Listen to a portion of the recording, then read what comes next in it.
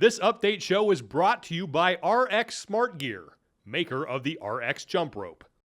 Hi everybody, welcome to another Team Series edition of the CrossFit Games Update Show brought to you by RX Smart Gear. I'm Sean Woodland with Pat Sherwood. Final week of the Team Series, 4 more events, and we're really finishing strong here. We are finishing this thing with a bang, and I just can't wait to see some of the scores and times that teams put up on these workouts.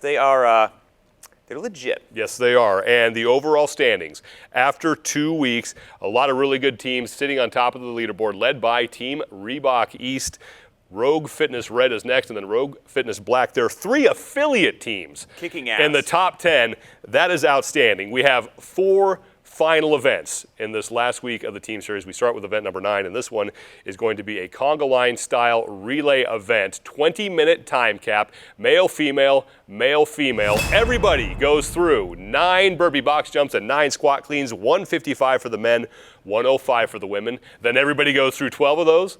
Then everybody goes through 15. And if you're really good, everybody might go through 18 and possibly 21 in 20 minutes. Seems pretty simple. It does seem pretty simple. Just stomp the gas, right? Yeah, what could go wrong, right? When people use the term dirty to describe a workout, this fits that so beautifully. Burpee box jumps are quite painful and effective in testing fitness. The squat clean is so brutal. Horrible. The loading is a little bit more than you want. And the problem is that the first couple series of rep schemes, there's no reason to not go pretty quick. But then those top teams are going to keep that pace in the 15s and the 18s and just pull away. Who do you like to take this event?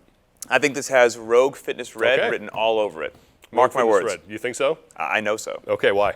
Well, I think range of motion, they are shorter athletes, which is going to play very well on so many squat cleans, but then they're sprinters, okay? I mean, they can move fast. They have that red line pace, that 5th gear, and they're going to get to rest while their 3 counterparts, go and then hit it again. And I think you're going to see their pace not change over the course of the entire workout, when a lot of other people will hit that round of 15, things start to get broken up, a little walk starts to happen, and you're not going to see that from Rogue Fitness Red. Moving on to event number 10. I mean, this is right in my wheelhouse as a guy who's a 200 plus pounds and 6'1". I love the gymnastics movements, and here we go. We're going to give you 2 max effort sets of chest to bar pull-ups. No, thank you. You have 1 minute max to rest between sets, and one athlete needs to complete both sets before the next athlete can begin. Manage your work on these. Beyond a shadow of a doubt. If I was coaching a team, this would be my recommendation to them. Do not set a PR on the first set. I mean, you could hit that red line, hit muscular failure, and just blow up on the second set. You need to find when is an intelligent time to come off the bar on set number 1, then max out on set number 2, and those 2 scores combined should be somebody's best effort. Who takes this one? Man, I was thinking about Team REEBOK East. I mean, I think Smith and Panch are going to do great. Emily Bridgers is amazing at this, but I still think Rogue Fitness Red. Once again, I'm saying 2 for 2 thus far. There's a pattern developing here. So far, Rogue Fitness Red. There you go, guys. The pressure's on. No pressure. Yeah, and now probably the jinx as well. Exactly. Let's move on to event number 11. This one is pretty cool.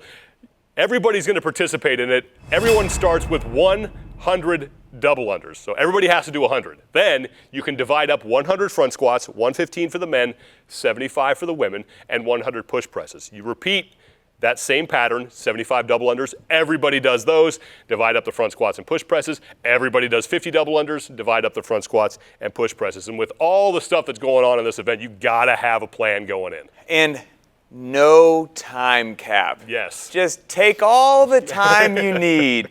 And I see this kind of twofold. If you're a regular team, normal CrossFitters, good CrossFitters, man, that's just a lot of double unders, And it's like, if you're rowing, even if you're a bad rower, the meters are still ticking away. But you start to trip on your rope and it just gets in your head, so knock those things out. For the best teams, man, they need to have a smooth run, error-free run. Then the plan that they need to have is, how do I break up the front squats and the push press? Because if I do it wrong, there's a tremendous amount of transition and passing to barbell, and that clock's just ticking. You going Rogue Fitness Red again on this one? I am. So far, 3 for 3. Rogue Fitness Red. I probably just cursed the hell out of them. the text messages will be flowing into your phone. Event number 12. Barbells are coming out now, and this one is devious. This is ugly. It's a snatch ladder, 10 minutes for the men. Between the two of them, they have to do 20 snatches at 135 all the way up to 245 pounds if they can get that far. Then they immediately tag off to the ladies.